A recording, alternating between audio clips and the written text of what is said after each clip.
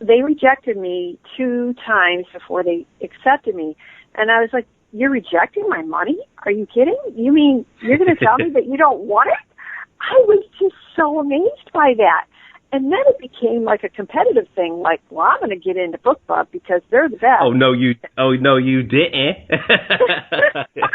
I can so see I that. didn't, yeah. And then it was like a status symbol when you did get in. It was like, hey, I got in. And but they're very professional, and I love how they reject you, but they say, look, we're really sorry, we have high volume, and quite honestly, they are just in the lead, and I don't know how they're doing that. Their readers are purchasing more than anybody else, but I keep giving other people to try too. And Book Sense, Book Viral is like out of the UK. E-Reader News Today, I think that was where I paid for my last KDP Select with them because I made it Thriller of the Week, and I didn't get as many downloads as when I did with Bookbub, but it was the first time I did a KDP, so I got 70%.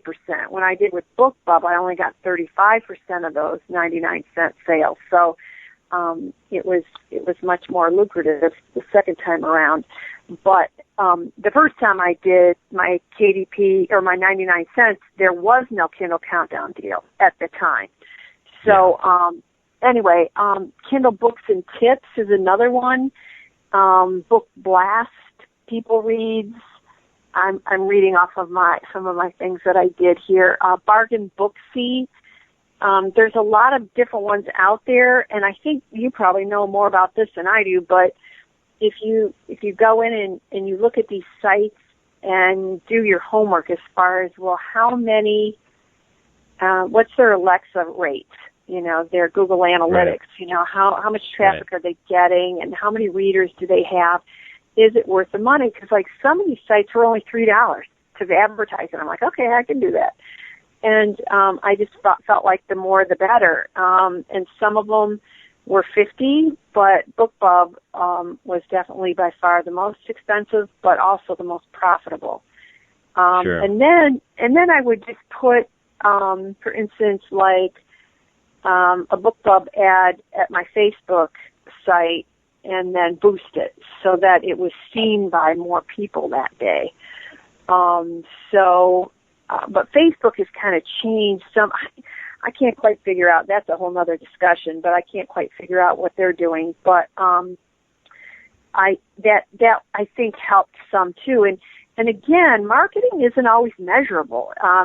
You want your brand to be noticed. So even if somebody, I think I blogged one day how many times they have to see it before they buy it. Like with most products, and with your name, they have to trust you. And so,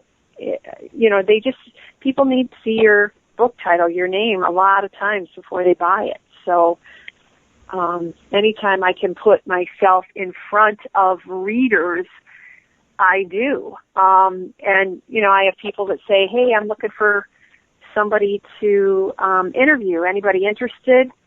Oh, yeah, I raise my hand right away. And I try to keep certain interview topics in a Word file so I don't have to spend a lot of time on that.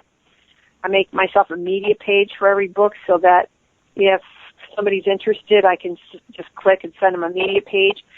So I'm making that media page pretty good, but I'm only doing it once, and then I'm sending it to a lot of different people, so it cuts down on time.